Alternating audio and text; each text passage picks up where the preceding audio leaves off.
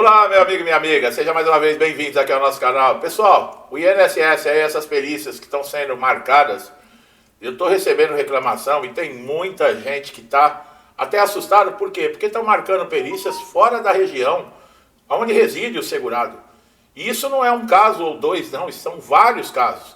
Nos últimos meses aí, inúmeros segurados têm relatado dificuldades com relação ao agendamento das perícias médicas, que é um problema recorrente, e o fato de que muitos estão sendo encaminhados para unidades localizadas fora da sua região de residência. Essa situação está gerando transtorno, atraso, até desistência por parte de muitos segurados que dependem do benefício para garantir a sua subsistência. Eu falei esses dias num vídeo, com relação a empréstimos consignados, que os segurados que têm direito a fazer, por exemplo, um refinanciamento, que é importantíssimo, porque ajuda, Tem gente que não tem mais margem para fazer um empréstimo consignado e usa o refinanciamento. Continua pagando o mesmo valor, tem uma perda grande, mas consegue pegar um dinheiro rapidamente. E eles mudaram isso. Muita gente está com dificuldade porque foi bloqueado, não tem mais a possibilidade nem de fazer novos consignados e mudaram a agência dessas pessoas. Tem pessoas que foi colocada uma agência a 200 quilômetros da casa da pessoa. A pessoa mora numa cidade, colocou numa cidade a 200 quilômetros a manutenção do benefício. E ainda dizem para a pessoa, se você precisa comparecer lá para poder fazer a liberação do empréstimo consignado. E olha que loucura. E agora essa das perícias, A perícia médica, que é uma etapa essencial para a concessão do benefício, principalmente de auxílio-doença, Que é um dos benefícios importantíssimos. É um dos mais importantes, que a maioria são acidentes, são doenças que curto período, E o BPC também. Isso deve ser realizado por médico perito do INSS, que vai ver se existe ou não a incapacidade para poder liberar o benefício e essas pessoas voltarem a ter uma fonte de renda enquanto estão incapacitados. Em diversas cidades há relatos de pessoas que, ao tentar marcar a perícia, receberam data e horário em municípios vizinhos ou até localidades bem distantes, até centenas de quilômetros, como eu falei aqui. Para os segurados que enfrentam problemas de saúde, deslocar-se até uma outra cidade pode ser praticamente impossível, além de representar um custo adicional. Tem isso também. E se você não resolve o problema, como é que faz? Você volta 200 quilômetros para depois, no dia seguinte, ir lá novamente? É assim que está funcionando? Quer dizer, é o que eu falei. Eles fizeram roubalheira, fizeram esquema, descontaram dinheiro que não podia, meteram a mão em crédito consignado. E agora que a batata está assando, que está tudo sendo jogado no ventilador, parece que está fazendo de propósito, que é para prejudicar mesmo. É tipo assim, se eu não vou jogar, pego a bola e levo embora. Só que ninguém joga. É assim. Sabe? Parece birra de criança. Se não for nas minhas regras, ninguém vai ter mais nada. É mais ou menos isso o INSS está fazendo. Olha lá, a justificativa apresentada é a falta de médicos peritos suficientes em algumas regiões. Sim, mas e a mudança de agência, que muitas vezes não foi nem para perícia, foi na questão de consignado, a colocar 200 quilômetros da casa de alguém? Isso não está em concordância. Olha lá, o déficit de profissionais e o sistema automaticamente está redirecionando esses segurados para outras localidades onde tem agendamento disponível.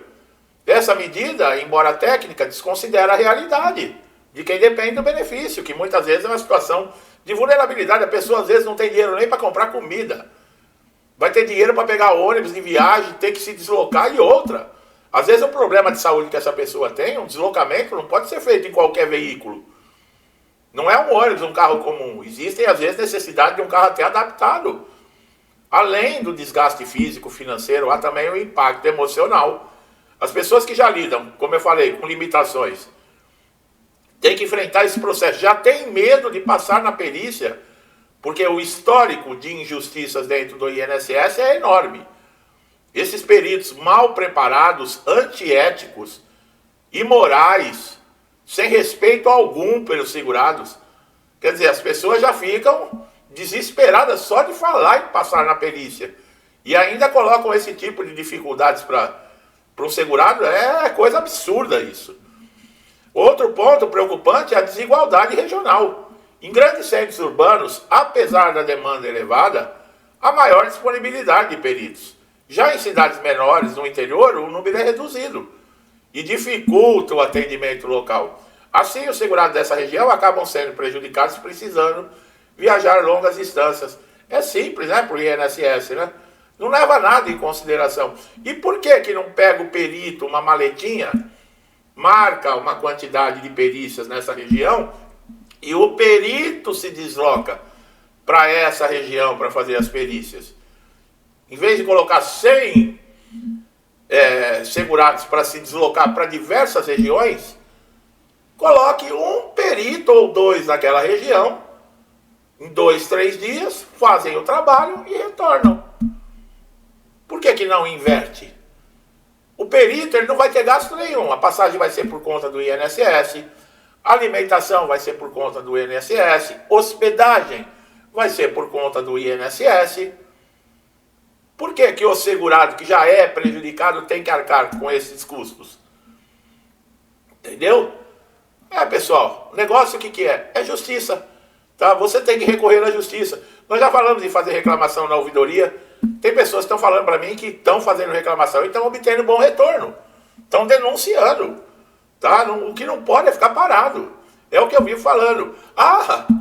E alguns vídeos eu tenho pegado firme e falar da verdade, a realidade. Aqui quem me conhece já há muito tempo sabe que aqui não tem conversinha mole, não. Aqui, se tiver que elogiar, a gente elogia. Se tiver que meter o pau, a gente vai meter o pau mesmo. Se tiver que falar as verdades. E tem gente que está se doendo, está achando que eu estou pegando muito pesado com a quadrilha que está aí no poder. Nossa, que só está xingando o nosso presidente, os nossos ministros. Pessoal, vocês acham que eu estou pegando muito pesado com mula e com a sua quadrilha?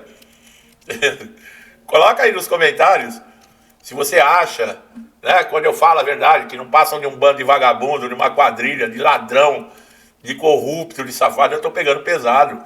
Quando eu chamo esse pessoal que roubou os aposentados pensionistas de sindicatos, associações, de ONGs, uma cambada de vagabundo, de pelego, eu também estou pegando pesado, pessoal.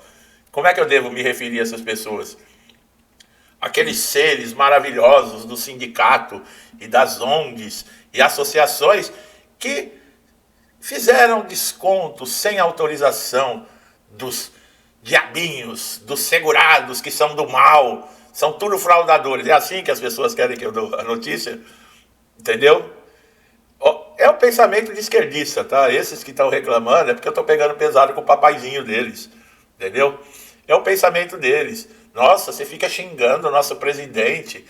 Olha, meu filho, eu vou te falar uma coisa, ele é seu presidente, meu ele não é. Respeito por ele eu não tenho nenhum. Ao contrário, eu torço para que ele, sabe, que ele sofra até os últimos dias da vida dele e que ele pague até depois da morte. Porque é um desgraçado, ele e a trupe dele, e a quadrilha inteira dele. Entendeu? Que esse dinheiro não dê para pagar uma doença que ele tenha, todo esse dinheiro que ele roubou. Entendeu? Ele mesmo falou numa entrevista que ele tem 300 milhões de dólares só no Banco do Vaticano. Ainda ele brincou ainda, multiplica isso por 5, que é o dólar, eu tenho mais de 1 trilhão. E ele falou ainda, eu tenho mais de 1 trilhão de reais sem nunca ter roubado R$1 do trabalhador. E os idiotas acreditam ainda. Então, você acha que eu estou pegando muito pesado? Né? Os que reclamaram aqui dizendo que eu estou pegando muito pesado é tudo que estão revoltados, que eu chamo o papai deles de vagabundo, de corrupto, de ladrão. E sabe como é que é, né? Você quer torturar essa gente, é só falar a verdade. Você fala a verdade, eles são torturados. Eles já te chamam de fascista, de taxista, de racista, de motociclista, de tudo quanto é nome. Começam a berrar, entendeu? Essa turminha aí, eu falei, até a mula, se ela soubesse o que significa, né? Quando falam que os esquerdistas são jumento, eu falei, nossa, eu fico com dó de jumento. Se o jumento soubesse, tivesse consciência, que estão comparando ele com essas pessoas, ele ia ficar revoltado, porque tem uns que nem jumento merecem esse nome, porque são piores, são mais idiotas, mais burros do que um jumento. E ainda ficam bravos de ouvir a verdade, né?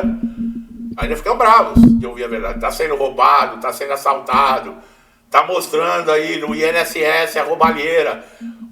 Quem aí não tem uma avó, uma mãe, uma tia aposentada passando dificuldade, que toma remédio? E aí você vê essa raça que roubou e você ainda continua aplaudindo ainda. Quer dizer, roubou gente da tua família, roubou tua avó, teu avô, tua tia, tua mãe, teu pai, e você ainda continua aplaudindo. Eu não falo que se o jumento tivesse consciência do que ele é e que comparam ele a essa raça, o jumento ia ficar revoltado. Aí eu tô pegando pesado, né? Porque eu tô falando a verdade, né? Mas se você acha que eu tô pegando pesado, coloca aí nos comentários. Ou você pensa igual a mim, ou até pior, né? Bom, vamos lá, né? Contratação de novos médicos, reestruturação do modelo de perícias. Aquele blá blá blá de sempre, tá? Tecnologia avançada, agendamento, pessoal treinado nos recursos humanos, o caminho para minimizar os problemas de análise e serem pontuais nas perícias, e os peritos vão ter treinamento para serem mais humanizados. Isso tudo é blá blá blá do INSS, pessoal. E eu já ouço isso há muitos anos, e os anos passam e isso nunca acontece. Mas faz parte do discurso do INSS, né? Olha lá. O tema envolve responsabilidade política. O acesso ao benefício é um direito do segurado, garantido na Constituição. Olha lá, isso é o INSS falando. Quando o sistema falha, obriga o cidadão a enfrentar obstáculos desproporcionais a uma violação de direitos. E o INSS se destaca em não aceitar essa violação. Eu sou obrigado a trazer essas notícias, gente. Eu sou obrigado. Isso é um meme pronto, né? Isso aqui é uma piada pra gente dar risada. Isso tudo no papel é maravilhoso. Eu já cansei de falar.